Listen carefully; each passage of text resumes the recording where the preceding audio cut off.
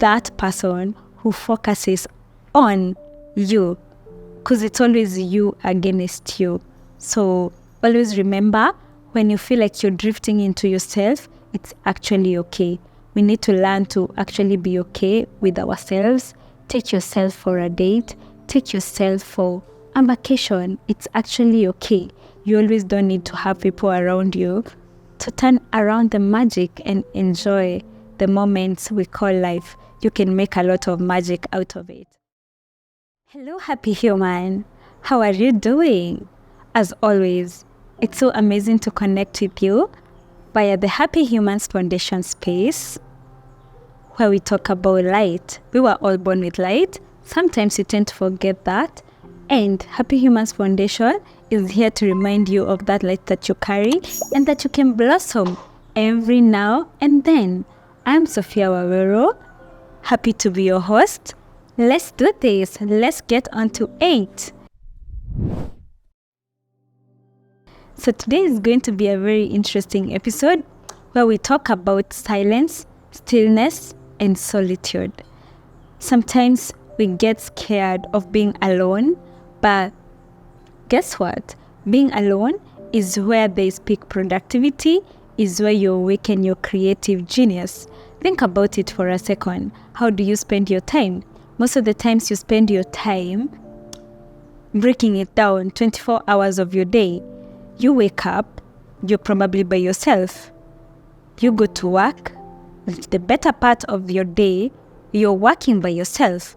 When you go back home, before you go to bed, you're spending time by yourself. So, averagely, it's shown that we spend a very high amount of time by ourselves. The thing is, we always try to find distractions. So, we will run away from ourselves by maybe catching a series. So you binge watching it, so just not sit with yourself for a minute. Or you probably binge eating. There's just always something. Getting distracted, maybe on the phone, you're on the socials. Think about it. When is the last time you just sat still for 10 minutes? No distractions, no nothing. Just you, with you, period. That's us taking a minute to feel that. That's solitude. Why is it scary? Why are you scared to run? And that is where courage is built. That is where character is built. That is where you get clarity on where life is leading you. If you've attended a vision board party or listened to someone guiding you on how to go about a vision board, they tell you to visualize. Visualize your life. Where do you see yourself 5 years from now? And if you have to do that, silence, solitude, and stillness are critical. So one thing they'll tell you to do that is kind of meditative is get to close your eyes, look into your life. What is that thing that you desire? So as I am doing this, I always love the Jeep. So I can see the Jeep. And that is because I have mastered the stillness, the solitude, and getting to blossom in my own creative genius. So how about we get into that culture of finding time to be by ourselves constantly? Like every day, spare at least 10 minutes to just be seated by yourself. You'll be surprised how there's so much magic in our minds. Because what happens when we're moving from one thing to the other, we're actually literally killing our brain, because our brain is just getting so many things done, sometimes 5 things at a go, while the healthy thing to do is to do one thing at a time. Most of the times we miss that because we want to be eating while watching, while working. It never works. You're dividing your brain capability, and that only reduces its time frame on peak productivity. So stillness, silence, solitude are very, very critical in us being the best versions of ourselves. So when we bring about solitude, we can confuse it with being lonely, But solitude is actually a decision. You choose to spend some quality time by yourself.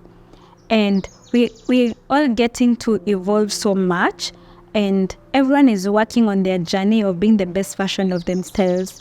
What naturally happens, you'll find that you're drifting from some friendships. There's some people who you used to be very close to, but every time you try to connect, it's kind of impossible. So like now, I had a friend that we were to meet, last year in May. I was to go for a sleepover. This is a new year. It's almost mid-Jan. I'm here to attend that, because sometimes you'll find that time is passing by real quick, and it's not like my friend and I have any issues. It's just that some things happen and we get to prioritize what is important and urgent at the moment. And they are also doing that on their part. They're actually a new mom, so they had to spend some time with their baby, and that is actually okay. So when we learn that we are all on our journeys and we get to be empathetic and supportive in each other's journey, it's actually okay. We end up meeting at some point. So when you feel like you're going through a phase where you feel like you're the problem because maybe your friends are not reaching out to you, no, it's actually okay. We are all going through phases in life, and more importantly, learning how to manage that time when we are going through that phase is very, very critical.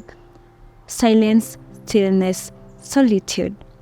The other way to be there to attain this is through natural environment. So taking walks in nature, going for a swim. The best way to actually experience water is a waterfall. When is the last time you were under a waterfall? Like literally you just feel the water falling on your head and awakening all the nerves on your hands. Isn't it magical? So most of the times we find stillness in nature. It gives us a sense of belonging. It's very renewing. And if you've been to a hospital, you'll always find the doctor telling you, get out of the house, take a walk, catch some sunlight, Why is that important? It's just not for the recovery phase if you've been unwell. It is a very, very important phase for you to reconnect with nature, where so much healing happens, where there's so much clarity. So as we go on with life, I hope we can always remember to do this. And it takes me back to the 7 Habits of Highly Effective People, the 7th one by Stephen Covey, which is sharpening the soul. So he talks about how do you self-renew? How do you renew the body, the mind, the heart, and the soul? So when it comes to the physical part, how you renew your body is make sure you're eating a very healthy diet. 2, make sure you're working out. When it comes, and that is the physical aspect of us. When it comes to the heart, which is more of where we have our emotions and relationships, how do you go about that? So make sure you have a good connectivity of friends, people who are speaking positivity into your life, bringing about the energy, the light, and everything in between. Then we have the part that focuses on our soul. How do we get to be meditative? How do we get to be present in the moment? By journaling. I'm always big on journaling, and journaling is very, very critical. So if we keep journaling, we get to speak to ourselves, and there's so much clarity. I have journals all the way back to, I think, 2018. And when I look back, I'm like, wow, we're in 2023. I actually wrote this exact thing that I am doing right now that I'm focusing on. And that's why I'm very big on strategy, because sometimes you want to focus on 1 year resolution, but the magic is in the strategy, because you're working towards your life 5 years from now. So you work on the strategic planning, you break it down into actionable steps every day, and bringing about atomic habits, tiny changes, remarkable results. So as we go about that experience of renewing the body, the mind, the heart, and the soul, we get now to the third part, which is the mind. The mind is how we get to grow ourselves And how you do that is by what you read, what you listen to. So some really good podcasts out here, Happy Humans Foundation being one of them. You can get to renew your mind every day and get to blossom. And last but not least, we've tackled the four of them, and they are all interconnected into making you to be the best version of yourself as you thrive in silence, stillness, and solitude. Everything I've talked about so far is like 80% is about you. The 20% is where we have the relationships, where you have friends you connect with or family members.